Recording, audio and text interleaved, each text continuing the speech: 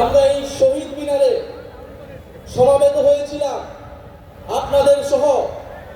বাংলাদেশের মানুষ, এই ঢাকা শহরের মানুষ নেমে এসেছিল এই শহীদ মিনারে। এই শহীদ মিনার থেকে আমরা ঘোষণা করেছিলাম ফ্যাসিবাদী ব্যবস্থা বিলোপের সেই ঐতিহাসিক এক দফা।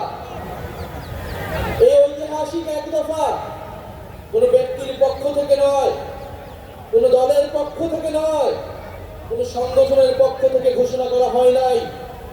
সেই দিন এক দফা ঘোষণা করা হয়েছিল বাংলাদেশের জনগণের পক্ষ থেকে, বাংলাদেশের অভ্যুত্থানকারী ছাত্র জনতার পক্ষ থেকে।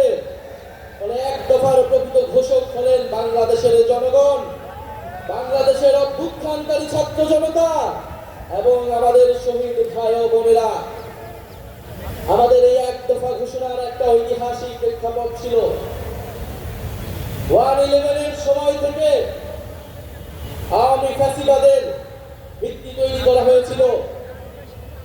15-16 বছর বাংলাদেশে কোনো গণতন্ত্র ছিল না, ভোটাধিকার ছিল না, গুম খুন নির্যাতন, মানবাধিকার হরণ হয়েছে, গণহত্যা হয়েছে।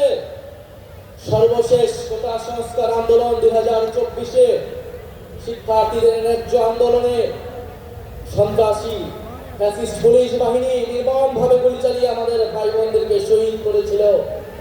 আপনারা এই ইতিহাস সবই জানেন, আমি পুনরাবৃত্তি করবো না। আজকে বাংলাদেশের জনগণ আর মেনে নিতে পারে নাই।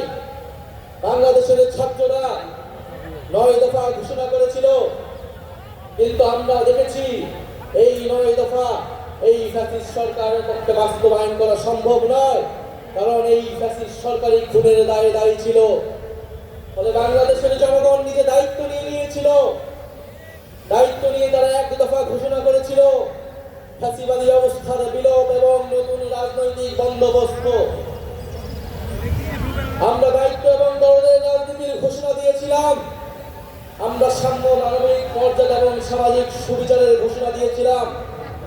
আমরা বলেছিলাম আমরা এমন একটা রাজনৈতিক বন্দোবস্ত প্রতিষ্ঠা করব যেখানে স্বৈরতন্ত্র আর কখনোই ফিরে আসতে পারবে না, যেখানে ফ্যাসিবাদ আর কখনোই ফিরে আসতে পারবে না। আমরা জুলাই পদযাত্রায় দেশের বিভিন্ন জায়গায় বলেছি ফ্যাসিবাদী সরকারের পতন হয়েছে, বন্দোবস্তের বিলোপ আমরা ঘটাতে পারিনি। আজকে 1 বছর পরে এসে আমরা আমাদের সেই সীমাবদ্ধতার কথা, আমাদের ব্যর্থতার কথাও আপনাদেরকে বলতে এসেছি। আমরা পারিনি সেই পুরনো সংবিধানকে বাতিল করে একটি নতুন সংবিধান তৈরি করতে। আমরা পারিনি যে ফ্যাসিবাদী বন্দোবস্তের যে ক্ষমতার স্তম্ভ ছিল, যে দুর্নীতি পরায়ণ অলিগার্ক ব্যবসায়ী ছিল, যে লুটেরা অর্থনীতি ছিল, সেই অর্থনীতিকে ভেঙে দিতে। আমরা পারি নাই যেই ফ্যাসিবাদী ব্যবস্থার যে সাংস্কৃতিক ভিত্তি ছিল, গণমাধ্যম থেকে শুরু করে বিভিন্ন জায়গায় যে স্বৈরাচারের দোসররা ছিল তাদেরকে সম্পূর্ণভাবে পরাজিত করতে। আমরা পারি নাই সেনাবাহিনী সহ প্রশাসনকে জনগণের প্রতিষ্ঠান হিসেবে গড়ে তুলতে। আমরা আমাদের ব্যর্থতার কথা স্বীকার করেই আজকে আবার ওই শহীদ মিনারে সমাবেত হয়েছি আমাদের ভবিষ্যৎ কর্মসূচি নির্ধারণ করতে, আমাদের ভবিষ্যৎ বাংলাদেশের জন্য শপথ নিতে। সংগ্রামী সাথী ও বন্ধুগণ,